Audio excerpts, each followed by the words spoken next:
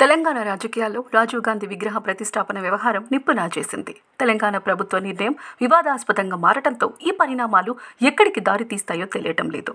తెలంగాణ సచివాలయానికి ఒకవైపు doctor BR Ambedkar, ఎదురుగా అమరవీరుల స్మారక స్తూపం గత బీఆర్ఎస్ ప్రభుత్వం ఏర్పాటు చేసింది. ఆ పక్కనే తెలంగాణ తల్లి విగ్రహాన్ని పెట్టాలని నిర్ణయం తీసుకొని స్థలాన్ని అభివృద్ధి చేసింది.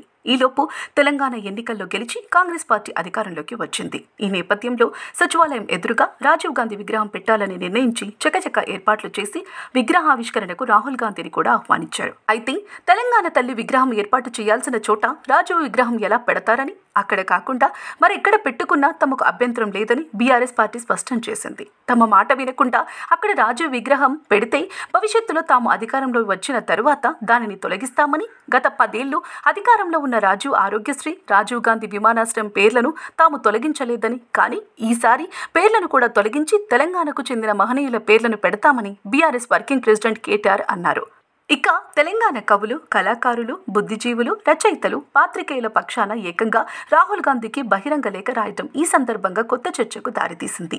ఎన్నికల సమయంలో రాహుల్ గాంధీ తెలంగాణ సాంస్కృతిక ఆశయాలను గౌరవిస్తామని హామీ ఇచ్చారని, తెలంగాణ సచివాలయం ఎదుట రాజీవ్ విగ్రహం ఏర్పాటు చేయటం తెలంగాణ వాదుల మనోభావాలను గాయపరచడమేనని, అక్కడ కాకుండా మరో చోట విగ్రహం పెట్టుకోవాలని ఈ లేఖలో పేర్కొన్నారు. ఈ నేపథ్యంలో ఈ వివాదం ఎటు దారి తీస్తుందో అన్న చర్చ నడుస్తోన్నది.